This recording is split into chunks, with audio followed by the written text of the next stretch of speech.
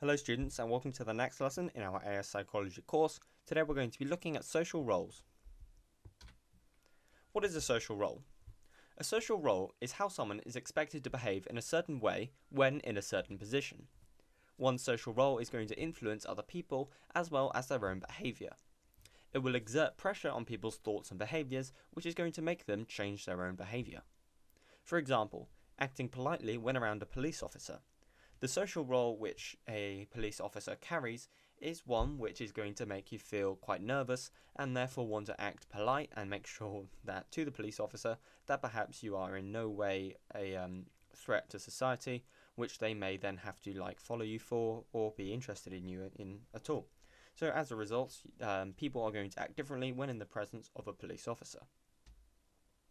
One social role is going to change depending on the situation in which they're put in. Supposedly. The social impact theory. Letten developed a theory explaining why the influence one is going to have over someone else is, so prominent when in a social role. It depends on a number of factors. The first of which is the number of people. The second is the legitimate authority of the person. The third, the immediacy of the person influencing. First, we're going to look at the number of people. The more people that add to a social role's significance, the more influence that social role is going to have. For example, the more people you argue with, the harder it is to make your points against them and then disagree with them. So as a result, this social role of so many people, of a mass unanimous verdict being put against you, the harder it's going to be for you to actually influence the other group, and as a result the social role provided by the large group of more people disagreeing with you is going to have more influence at disproving your point potentially and attracting more people to their point of view. Although that's conformity, and now we're looking at social roles. So what this means is that one person is always lesser than the majority view. The majority view is always greater than the minority view. Legitimate authority. The more authoritative or powerful an individual, the more influential they will be. You are more likely to listen to a police officer telling you to do something such as picking up litter on a street, rather than a random pedestrian.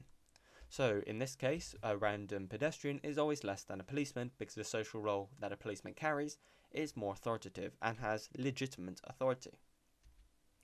The immediacy of the person with the social role is also going to impact how you behave. The closer someone is in both time and proximity is going to make them more influential.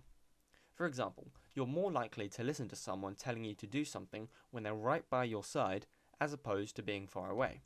So in this case, a police officer which is telling you to do something right next to you, breathing down your neck, is going to have far more influence over what you do rather than one that is not shouting but telling you to do something from further away, because there's going to be less immediacy and more if they're closer to you, and more of a buffer if they're far away from you. Here's some questions on social roles. Have a go at answering these on another sheet of paper by pausing the video, and then hit play whenever you're ready to see the answers.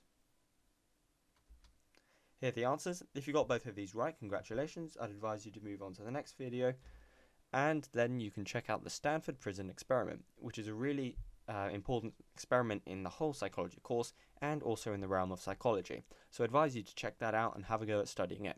As always, thanks for watching, and I'll see you